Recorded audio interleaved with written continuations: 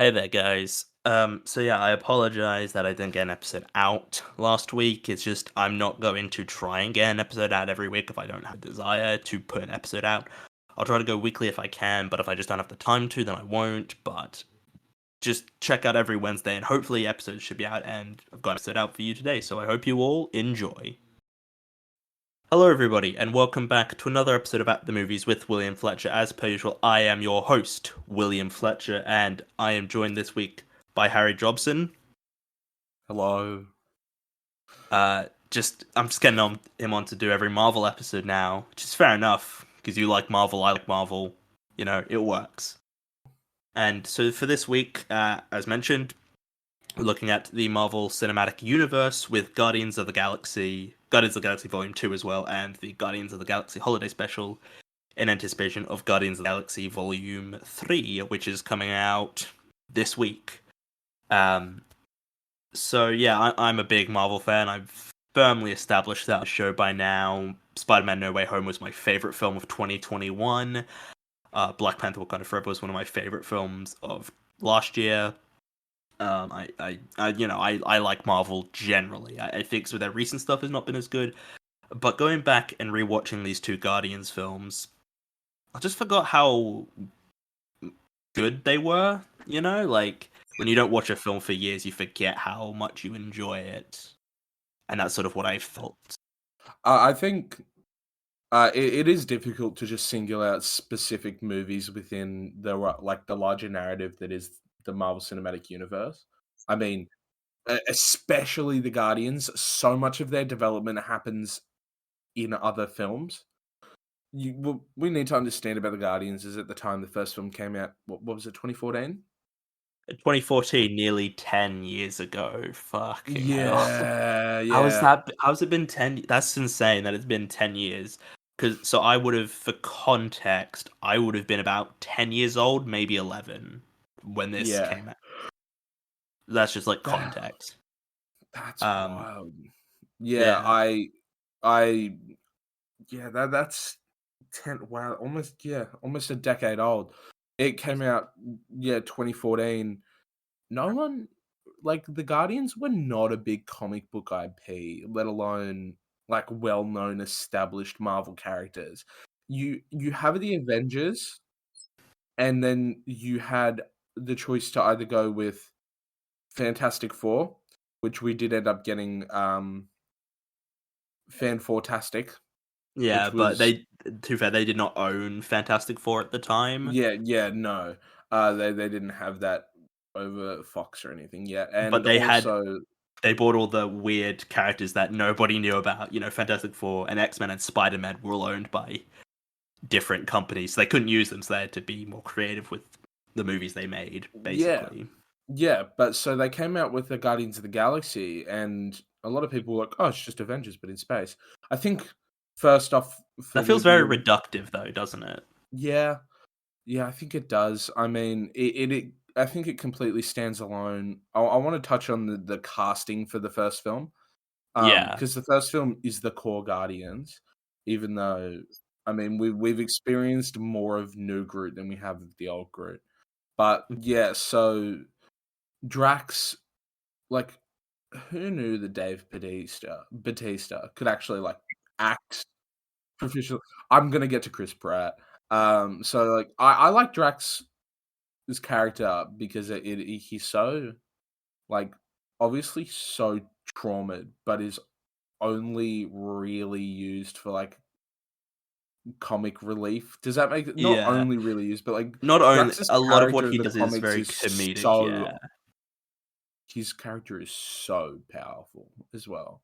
But it's not like and yeah, I think and I think Drax, I think I really liked him in the two Guardians films, and I think sort of since then in Infinity War and Endgame and that, I don't think he's as well written. I think because we sort of learn that he's got more of a beef with Thanos, and we don't really get a real moment with him and Thanos in Endgame and Infinity War. Like we really don't get that.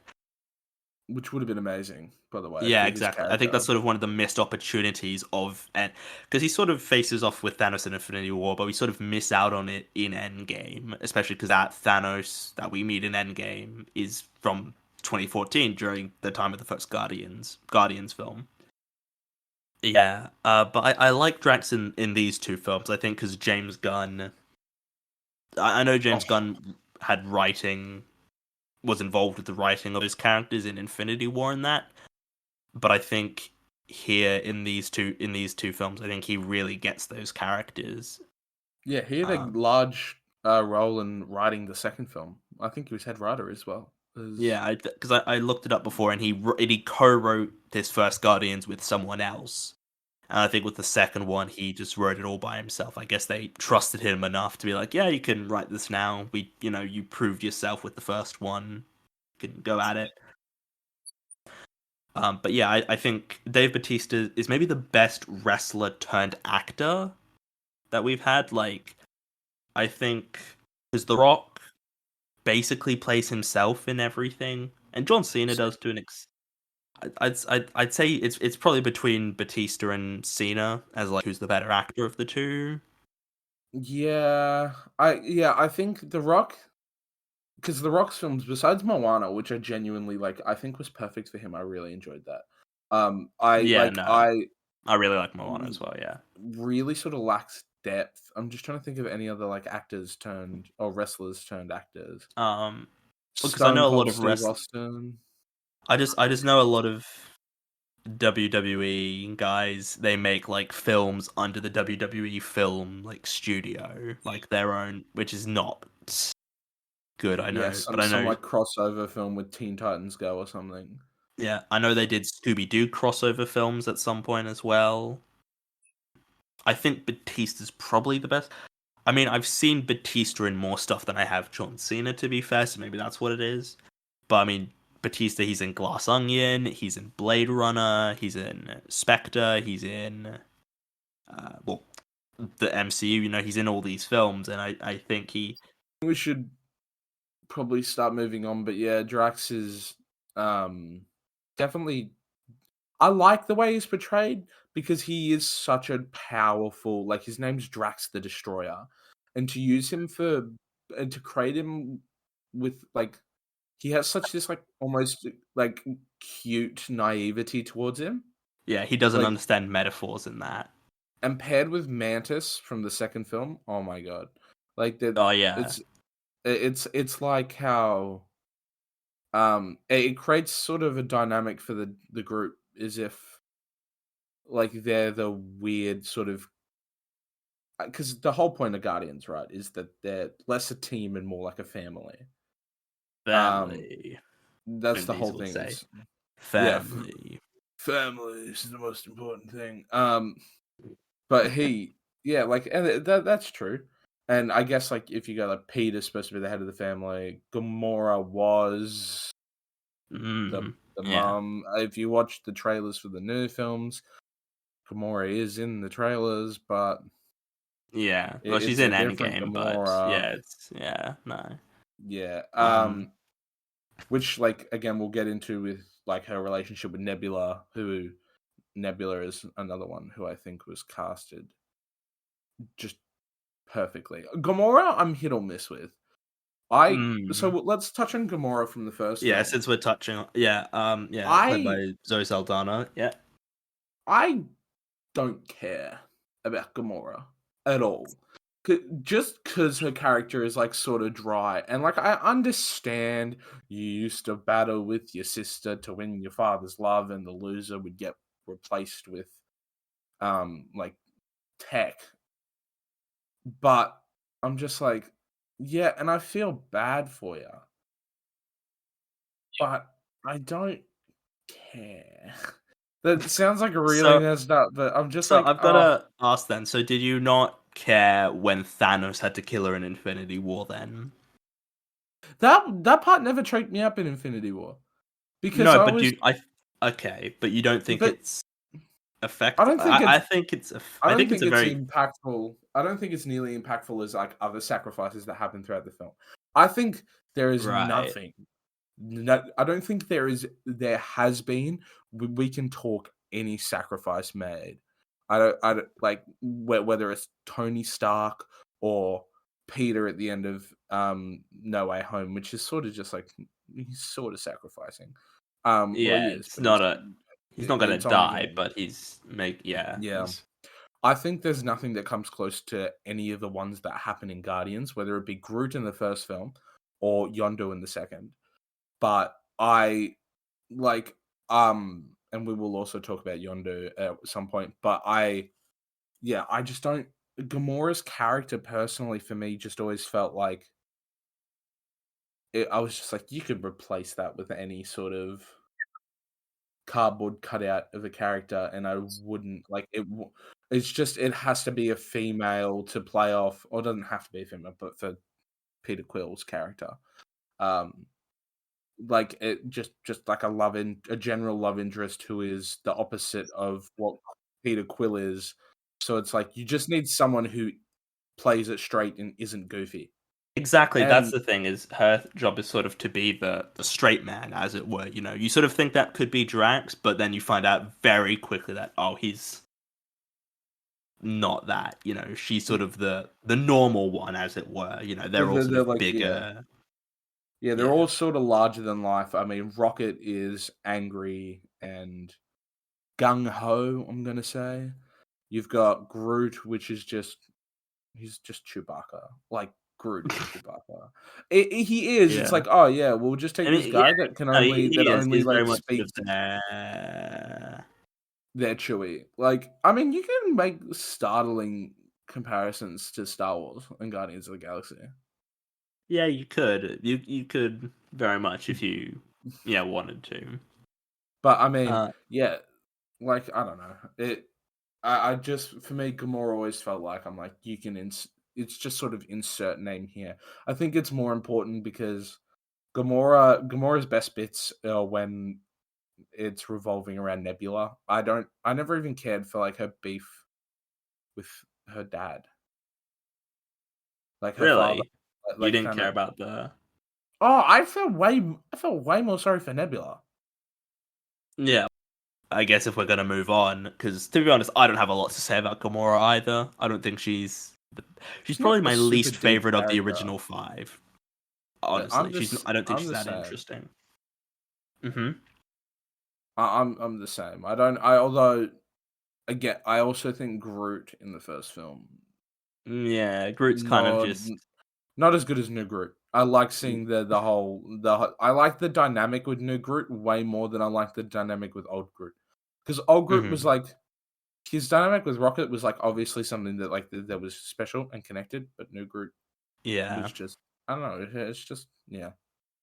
Um, but yeah, so yeah, Star-Lord, Chris Pratt, the protagonist of this sub franchise, played by Chris Pratt. There is a very interesting.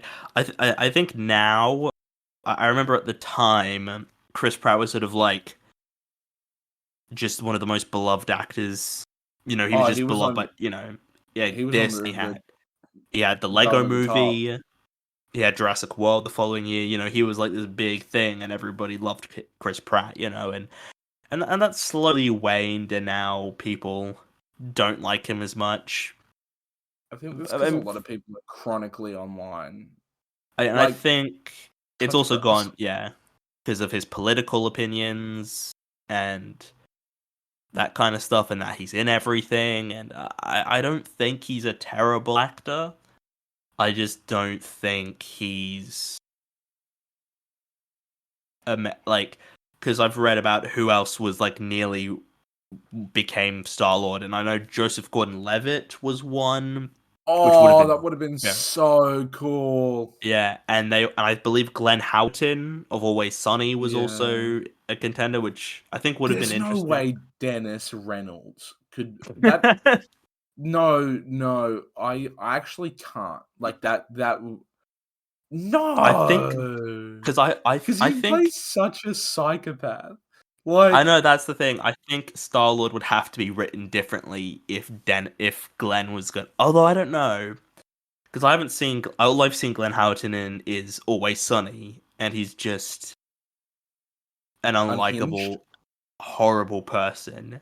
Oh, But I I would have love him loved to in. have seen I him love him. in. I do love him in Always Sunny, but I do wonder because he would have had to play it differently. Because Chris Pratt, in what I've seen him in, he's a very sort of he sort of always plays it as sort of like a likable guy, and I think, Oh yeah, but yeah, yeah, Chris Pratt, yeah, was the biggest thing, got really buff for this role because that's what all the Marvel actors do. Just there's the gratuitous shirtless scene that really isn't necessary, but they need to put one in there because that's how these movies work. yeah. But I've always loved the sort of Chris Pratt role that he plays. Because it's just yeah, it is insanely like he. I think he was perfectly cast. I don't think they're like. I would have loved to see maybe a Joseph Gordon-Levitt sort of spin on it, even though in my head I only ever pictured Joseph Gordon-Levitt as like a either like a 16-year-old boy trying to get a girl in a retelling of Taming of the Shrew, or um I think I would have preferred him Joseph. I obsessed with mean, I Zoe prefer Joseph. Deschanel. Yeah, I prefer Joseph Gordon-Levitt as an actor, but I don't know if I don't know if he would have fit. I think there's actors I prefer, but I'm like, would they work in the same way? I think No, I think because a because lot. I think it's because a lot of Star Wars character is just blind confidence in the face of like he's competent, but two, the mhm. whole point of his character is that he never grew up from being that child, and it's Yeah, and like I don't think learning to Joseph do that Gordon-Levitt. within the family scene. Although he's also very lucky, he stumbles his way through almost everything. That's like Star Wars power. Yeah, no, I think Chris Pratt does I think Chris Pratt does a good job in these Marvel movies. Though I think it's probably he works for what he's given. I think Oh yeah, he just needs James Gunn to write him. Just needs to have James Gunn write for him, and then he'll probably be all right. And then we move to the sort of the main standouts. I got Bradley Cooper and Vin Diesel as Rocket and Groot, who were I remember when I saw the trailer for the first film, and I just saw it and I was like, what is this? This is not the Marvel I'm used to. This is different. This is not what I expect from Marvel because this was the most sort of out there film they'd done to date, and just watching the trailer, I was like, this is very different. It's this big, it's a film in space, but it uses and yeah. then it uses music from the 70s and 80s to sort of under to sort of tell the story essentially. It sort of Oh, underpins it all, I which I don't think think is a I've ever very seen. I think this is the best use of sound. Like, let's say music. I music don't think like I've the best sort watched of a film. curated soundtrack. Yeah, besides like Baby Driver, which is so clearly like that's the whole purpose of the film. Um, Yeah. where it's like, yeah, this. Oh my god! Every single time, without fail, I get so amped, and I know because it's become so popular now. This song on TikTok, but the Chain Fleetwood Mac, I love this song, and every time I see it in I think it's the first movie. No, it's the Um, third one. No, the second one. Second one. is it the second one? Yeah, it's when he fights Ego in the. Oh yeah! Oh my god! But dude, that's the coolest thing ever. Yeah, but like the first one, even like the whole awesome mix, and it's just gonna have the. It's it was it was Thor Ragnarok before Thor Ragnarok. Do you know what I mean?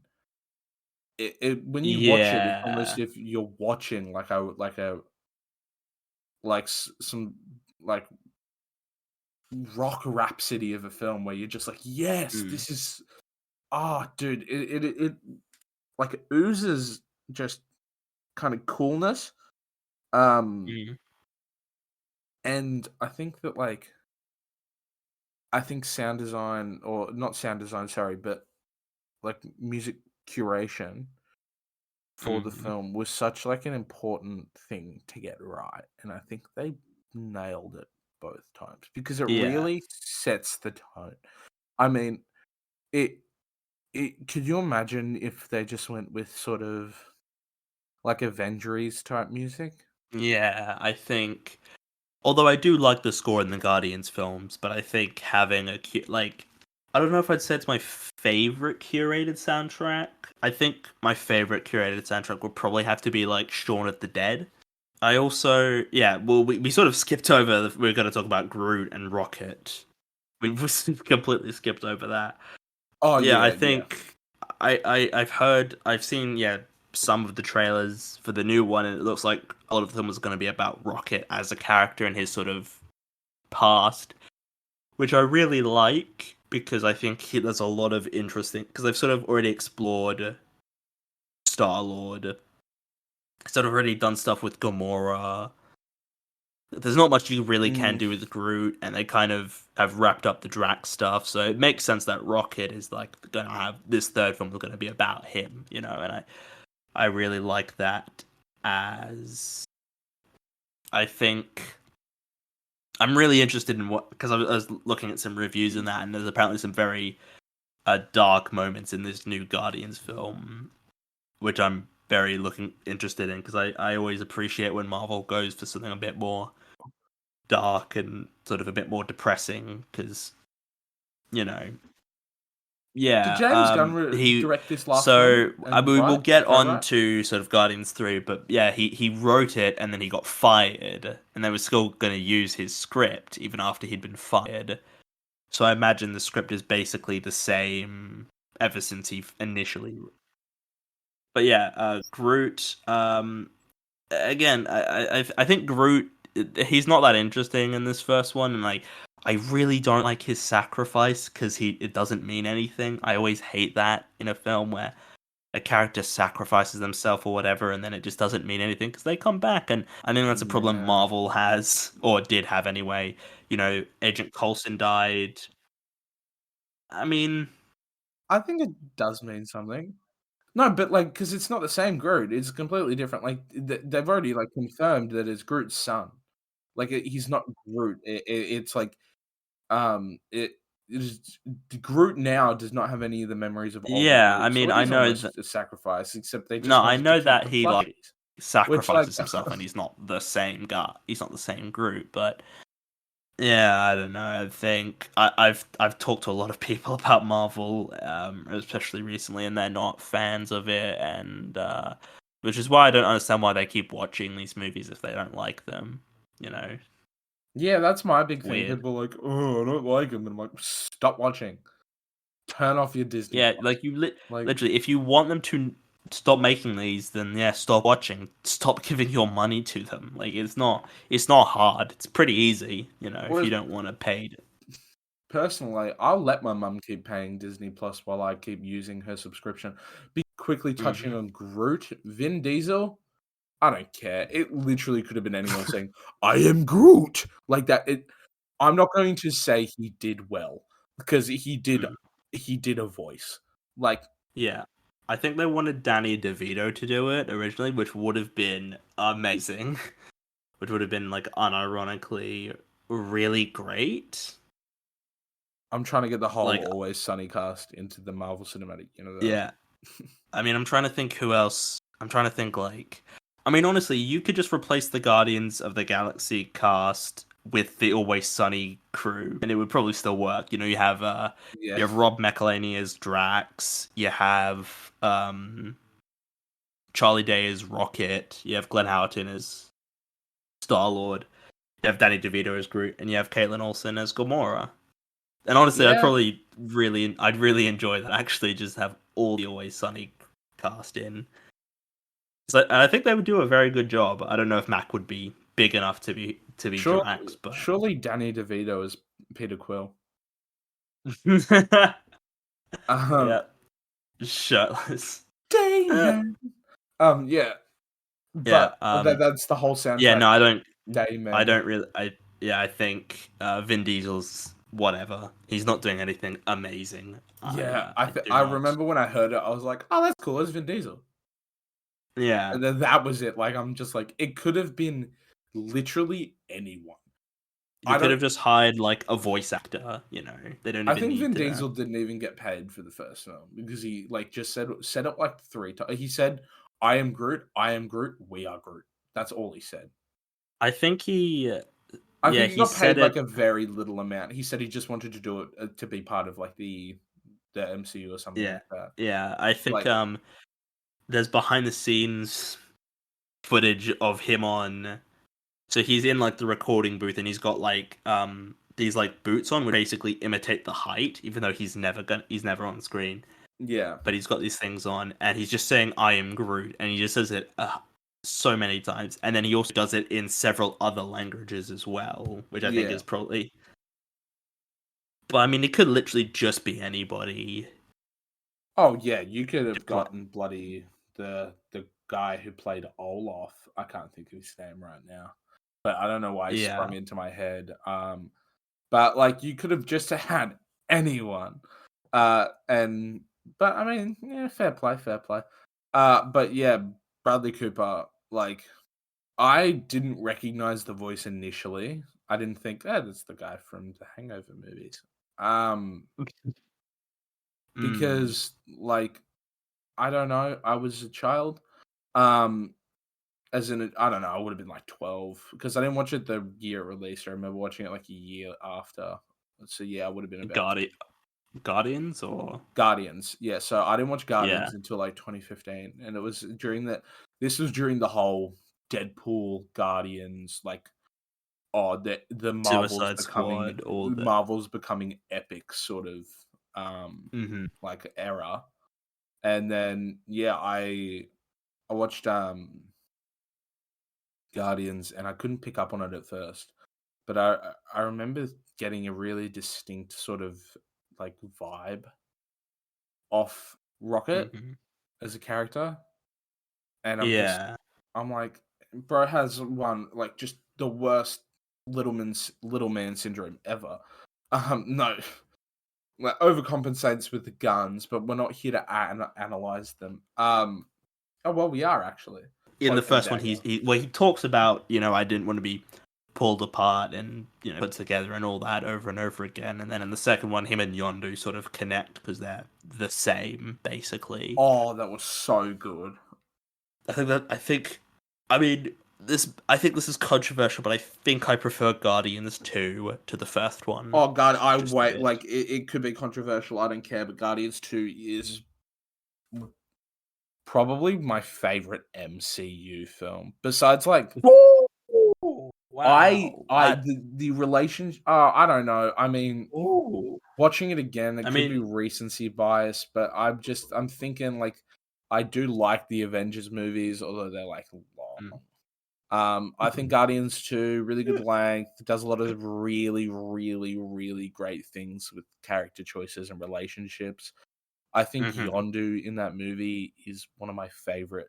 Like, he is my favorite sort of character within a movie, like Mhm. Yeah. self-contained within that movie in the MCU. I think, period. Besides, like the other Spider-Man, but I'm not counting Yeah. those. Like, I count them, but Mhm. I'm not counting them. You know what I mean? I think when I watched Guardians 2, I felt so it's what made me really like the Guardians. Guardians 1, I was like, "Oh, this is cool." But Guardians 2, I was like, Yeah. "Oh, this is really Mhm. cool." I think yeah.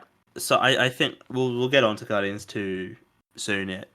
But yeah, to sort of to talk onto James Gunn now because we sort of uh mentioned him at the beginning, but now I sort of going to talk more about him. Yeah, no, I really like James Gunn as a filmmaker. I think he very much works in a style, but I think that's okay.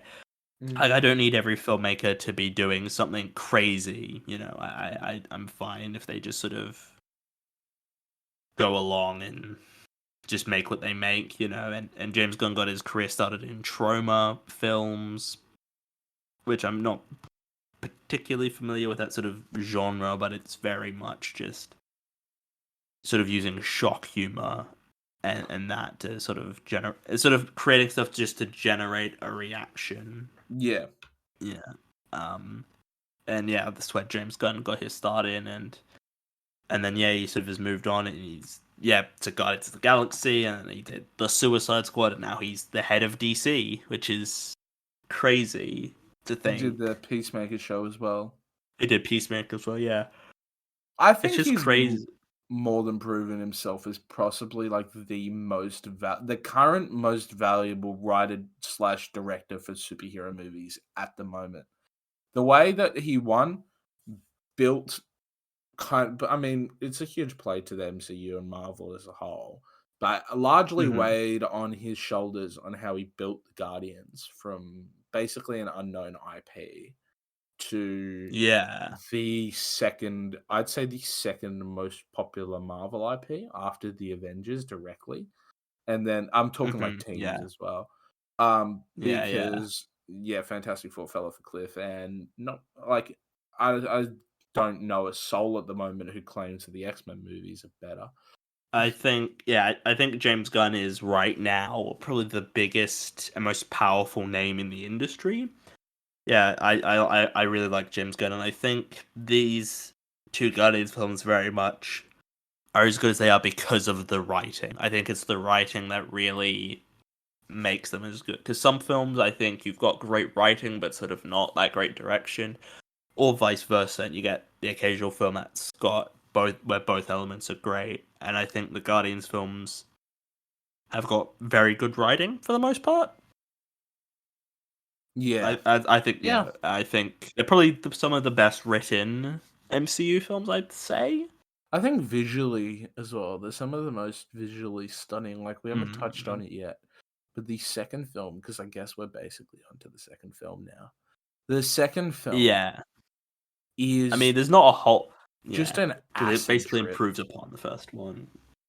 It's Yeah, just there's some way crazy more visuals. colorful. Like Yeah, it's also I mean the whole his ship being an egg, I thought was really funny. And rewatching it, I was like, that's actually so clever, and I never picked up on it.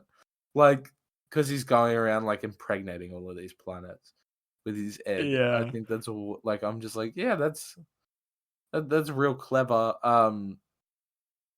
The whole Ego's like planet is yeah. s- Yeah, because I was aware of who Ego was before I saw it, and I knew of him as like a living planet. I was like, oh, I didn't expect him to just be a guy.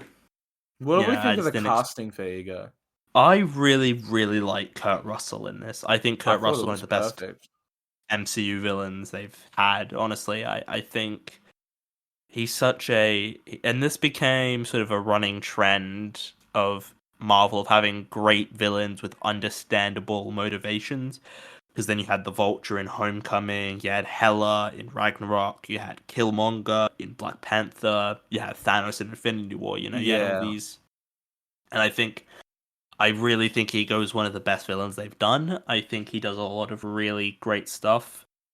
Yeah, and I love in Guardians too how dark and depressing it gets at some points, like where Gamora and Nebula just find all the skeletons of all his former children is mm, horrific to just see that, and I'm just like, yeah. this is really quite, and maybe that's why people don't like it as much. I don't think because it's too depressing for people, but I think that's why I love it so much is because it's willing to be depressing and go in for some genuinely dark moments, you Yeah, know? it's much it sets a much more darker like precedent and tone for the Guardians. But that being said, like it does a lot of things that I think also set it apart from that. I mean, when you're watching the whole Yondu like what is it, Yondu Groot Yondu baby Groot rocket scene when they're in the prison. Oh yeah. Oh my god! And like I remember when I first watched it, I cackled so much. I couldn't like there might be real NPC of me, but I thought that was so funny with the toe. And people are like, oh yeah, well it's like they're asking for you to laugh at it, and I'm like, yeah, and I'm laughing. It's funny. mostly because of the way Yeah. Rocket reacts. That's what makes it funny. I think Bradley Cooper does an amazing job. I do think Guardians 2 sort of at times kind of sort of occasionally undercut moments with comedy. Like there's a big dramatic reveal or a moment, and then it just cuts to, you know, something funny, and I think that sort of undercuts it. I think that's the problem with a decent amount of the MCU films. And I do overall think Guardians 2 really, really works when it goes for those big emotional moments. The stuff with Yondu's team, they mutiny him and they throw out all the people who oppose them, and there's that just shot that turns around and you just see all the other dead Ravagers just floating in his face, and like, oh, Yeah. that's great stuff right there. I really like that. I also like how bullied Taserface gets. Because again, that's really funny. But not just I that, it's mean, what kind of name is that though? I mean, yeah, Jesus Christ, though. but I don't think I've seen a better. Like I genuinely have not seen better. Is it cinematography? I guess is like visual effects as well. In Yeah. the MCU at all, not one moment where compares to when Yondu is just walking, whistling the thing, and just killing Oh, everyone with that. And then that's it's such a great scene. layering different shots with different speeds on top of each other. So you've got some people falling like at a normal pace and other in slow motion, and it's all on the Yeah. same screen. And he's just walking in the middle, whistling. And I'm like, that is the coolest freaking thing I've. Oh my god! Every time it happens as well, I'm like, that's the coolest. Like that's the coolest attack ever. Because people go like, oh well, why wouldn't you like stop it? I'm like, I don't think you understand how fast this happens. It's fast enough. So when the first guy is hit, falls at the same guy that the last falls at the same time the last guy's hit. That's how fast it's really going. Yeah, exactly. They Like all, it's yeah, moving so unbelievably fast that you can't, yeah, yeah, avoid it. Like it is like that, and I think that's a very um bizarre reason to get upset. I think that's one of the best scenes of the franchise. Honestly, is when Yondu and Rocket, they're just in like that control room and he's just whistling around as the arrows going around, and Rocket's just like shooting down doorways, and there's just that great shot where where it goes upwards and it's going around in a circle, and you just see hundreds of Ravagers running around trying to get them, and they're all just dying. And I'm like, that yeah. is good shit. That's the stuff that I think really works in this film, and I think it's like it's fun. I think is a thing as well. It's like, can we have fun? I think Yeah. it's I think it's okay to enjoy you know something A if shot you or a sequence, yeah, like without constantly just sort of trying to nitpick the logistics of it. But yeah, I mean, Yondu and Rocket is the biggest, probably the biggest like new relationship development besides Mantis and Drax. But yeah. we But I are mean that's with a introducing new to Mantis, yeah, character, so yeah. whereas Yondu and Rocket are sort of pre-established characters. And actually, we haven't even talked about Mantis. I quite like her in this. I actually Yeah, think she's a lot of fun. I think she's a nice she sort of works really well with Drax because it's this whole naivety. yeah, exactly. Her stuff with Drax is great, and I love again. There's another great moment I love in Guardians 2 where they're just talking, and she like puts her hand on her shoulder, and she starts like crying, and Drax is just sitting there silently, just looking out at everything. It's like, oh, Yeah, that's it's the great wordless storytelling right there. and it's some of the only depth we really get towards Drax because outside in the wider MCU, we don't get a whole lot. So it's good to see that sort of depth brought to that character, even if it's like wordless. Yeah, but I think, yeah, I really like Mantis. You really, it's almost you need like a little silly buddy to go with Drax to be like this little. They're like a Yeah, duo. you sort of need. And then Um, in the sort of holiday special, they sort of are both a bit campy and funny, when they're going after Kevin Bacon and that. oh yeah, the holiday special Um, was good. yeah. But yeah, Guardians 2. We didn't even really touch on the villains in Guardians 1, actually, but I think Guardians 2, Ego is a much better villain than Ronan. Ronan is not a very good or compelling villain. He's very, very boring, I felt, Yeah. in the first one. The villains in Guardians 1 just sort of feel like, I'm like, yeah, they're very And then phased. there's, Phase yeah, 2. Thanos, before Yeah. Thanos was even a good character. And I remember watching, I'm like, oh, that's Thanos. And I'm like, I know he's like a big deal, and we sort of have him Yeah. in Age of Ultron as well. But I think, yeah, Guardians 1. Yeah, no, there's a lot of stuff I do like in Guardians 1. At the prison break scene, I really like that. I think that's a very well made Yeah. scene. But yeah, I mean, I don't think anything's as good as the best of God. I think the best of Guardians 2 is better than anything in the first Guardians. Yeah. Even the Stan Lee cameo. That's probably my favorite Stan Lee cameo in, The Watcher. Um, yeah, The Watcher. I really enjoyed that because it's really like affirming to everyone who's like, theory Stanley's a Watcher, and I'm like, I don't think he's a Watcher because like he doesn't look like the Watchers, but he's just like Yeah, he's like a his role is to just be like, yeah, I'm like a human informant to the Watchers. yeah, and it Um, is him in like every single film. Like he's just yeah, basically the same guy in all of them. I think, yeah, I do. Yeah, I don't like the Stanley cameo in the first Guardians, to be fair.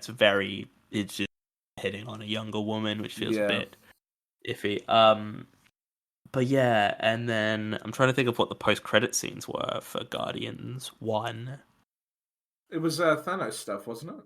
How have I already forgotten? I literally watched this film like a couple days ago. Was it not Thanos stuff? Or I thought it was No, Thanos. that's Age of Ultron. Yeah, but I thought it's also Guardians.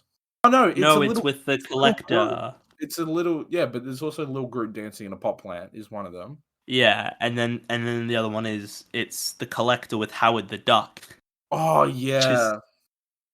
which is a very, Brave to grab your worst IP ever and put him into a movie.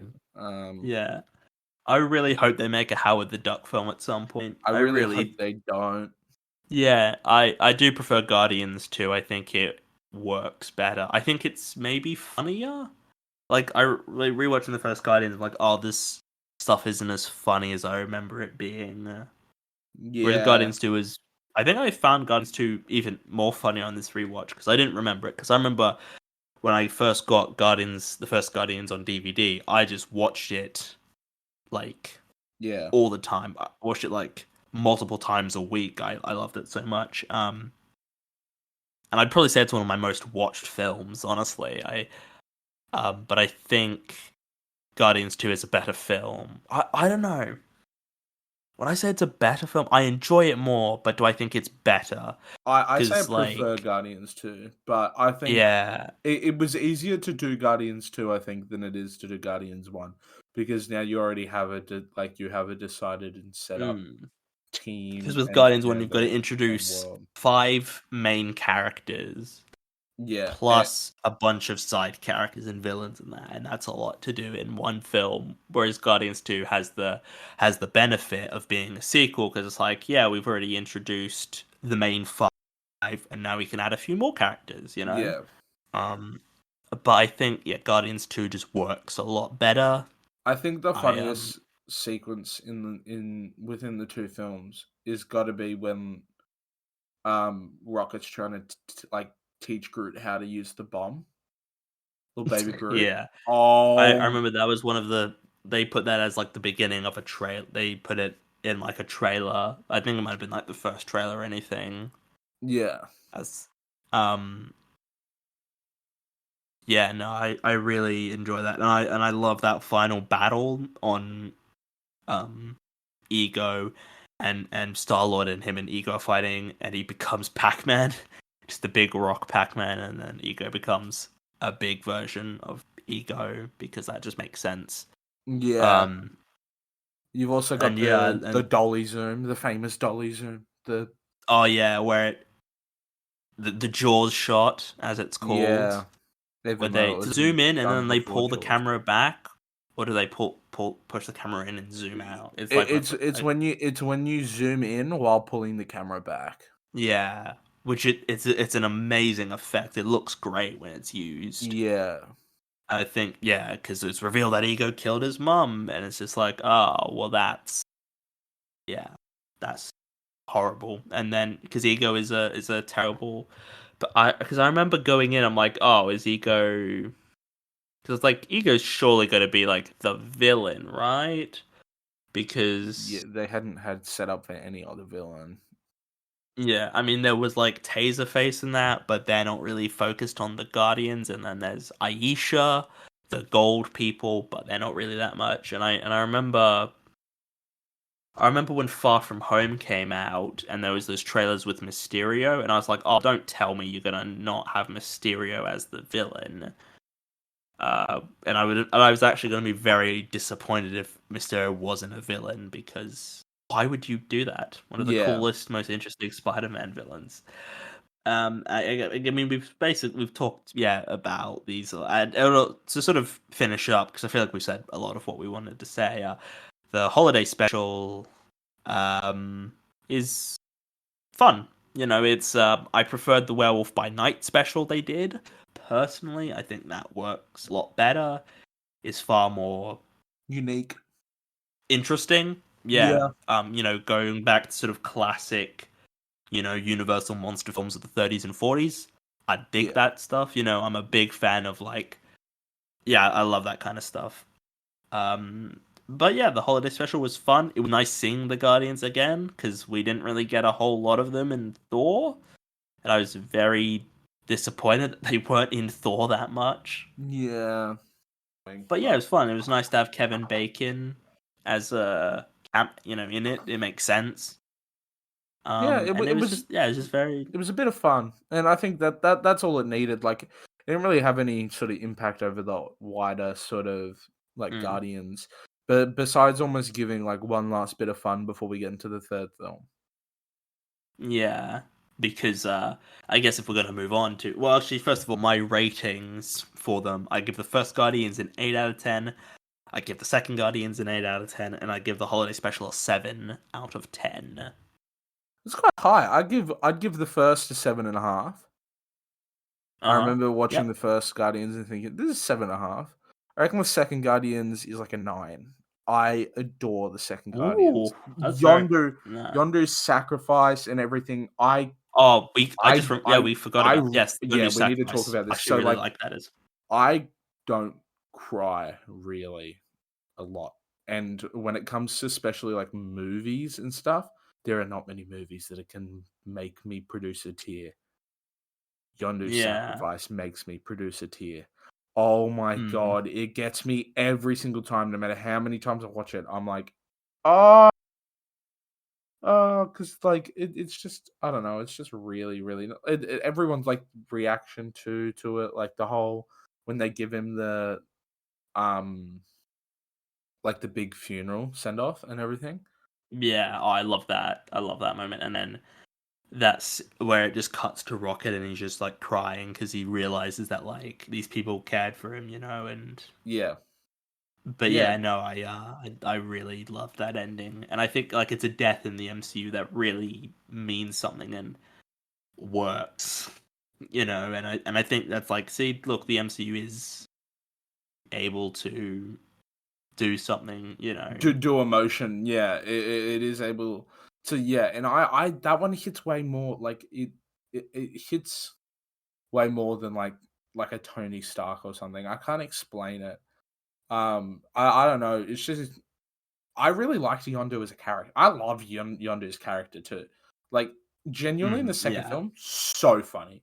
But not just that, it's just like Yeah. arguably super captivating as well. So it makes the whole sacrifice like so much more worth it. But yeah, I don't know. I tend to think like as far as like sacrifices go, that is the one to beat in the MCU. And Mhm. I don't know. We'll see in this next movie. I have a feeling that a certain animalistic type character might die in this movie. Yeah. So what score would you give the holiday special? Oh, the Special was like 6.5, 7. I give it less Yeah. than the other two because I feel like it I don't know, it was worth less. Like it's not. It's really Yeah. good, but it's not. It's not a movie. So yeah, Guardians of the Galaxy 3. Yeah, I reckon someone's gonna die. I reckon they'll probably kill off Drax. Dave Bautista doesn't want to keep doing these movies, which is fair enough. You know, he's been unhappy with them ever since they fired James Gunn. Even though they did rehire him, he was still unhappy because James Gunn should have been fired in the first place, which he's totally right, by the way. Which was such a bizarre situation that James Gunn got fired, like, at all, because he didn't even do anything that bad. Like, oh, he made some jokes a decade ago that he apologized for. Yeah. Whoop-de-doo, you know? Yeah, and how are you gonna fire him over that when, like, if you've watched any of the Taika Waititi made a parody film. Oh, not really a parody film, but kind of a parody film about the Holocaust. I definitely think that, like, that was so ridiculous that they fired him. Oh my god. It was, it was so dumb. Cancel culture's gone too far. But it worked out for him in the long run because now he's running DC. Yeah. Like, he wouldn't have been able to run DC if he hadn't been fired and he couldn't work on, like, because he worked on Suicide Squad. That was, like, his next thing he made. And it's like, oh, it worked out for him.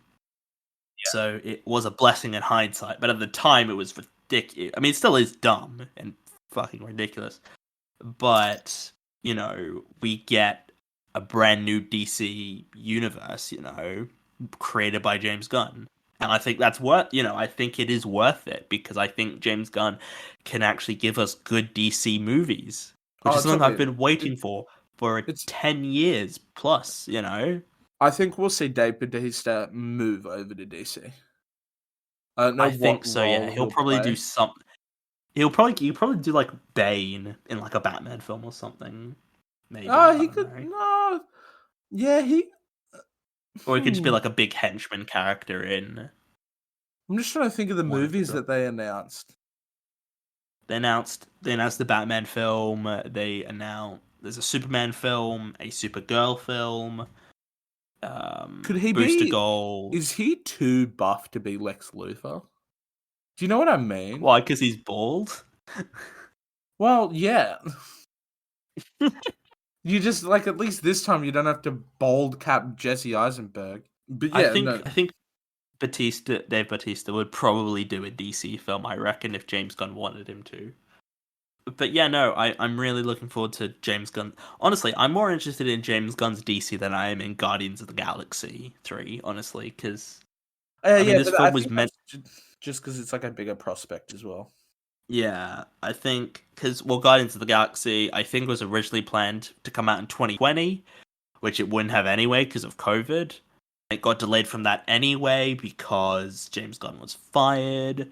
So it feels like it should have come out already, and it just hasn't because of circumstances beyond our control. And in turn, it's made me not as interested in it. I'll still see it. I'm sure I'll still love it, but I'm not as invested in it anymore. Yeah, no, but I'm sure it'll be good. I'm sure it'll still be good. But yeah, that's Guardians of the Galaxy. This is how many Marvel episodes have we done now? I don't know, but I'm trying to see.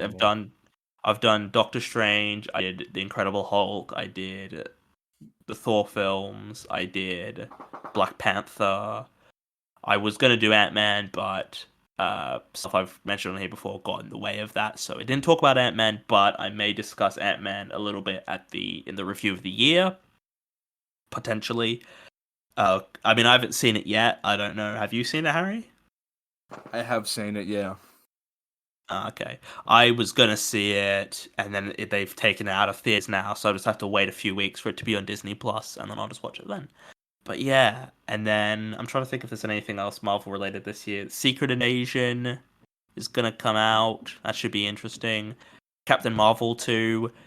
Oh, the Marvels, maybe, yeah. Captain may come out. I know they delayed it to November, but what maybe they won't delay it again.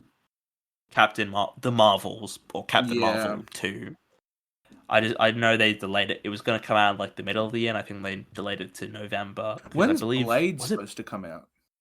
I think Blade. I don't know if Blade was meant to come out this year or next year, but they've delayed Blade by a little while because I think it comes out 2024, but I think it was I think it was meant to come out this year then, if it's 2024 when Blade is coming out. Yeah. So thank you for listening to this week's episode. Next week, I'm not entirely sure what I'll be doing for next week. I had planned to do a big franchise for a new release, but that's like 10 films, and I don't know if I have the time to watch 10 films in a few days. So I might just go for a film that I've never seen before, because that's what the show was. That's why I started this, was just covering films that you've never seen before. And I was just gone to... I mean, sometimes we still do that. Even like for when we tie into new episodes, there's a lot of the time we do films I've never seen before. So, but yeah, thank you for listening to this one. Thank you, Harry, for joining me for this episode. Thank you for having me. Check out previous episodes that I've done for this podcast. Check out the Facebook and Instagram page. And Harry has also talked about putting all the episodes out on YouTube as well, because why not? But I don't know when that will be, if that will even be a thing, so we'll find out. Also, one of my, not the last episode, but the episode before, for some reason, didn't come out on Spotify. I don't know why. Maybe it's because the file I uploaded it with, the type of file I uploaded was not an MP3, so maybe that was what it is, so that's why that episode is not there, but the last week's episode should be there. But yeah, that's basically it. Thank you all for listening, and I'll see you guys in the next one. Goodbye.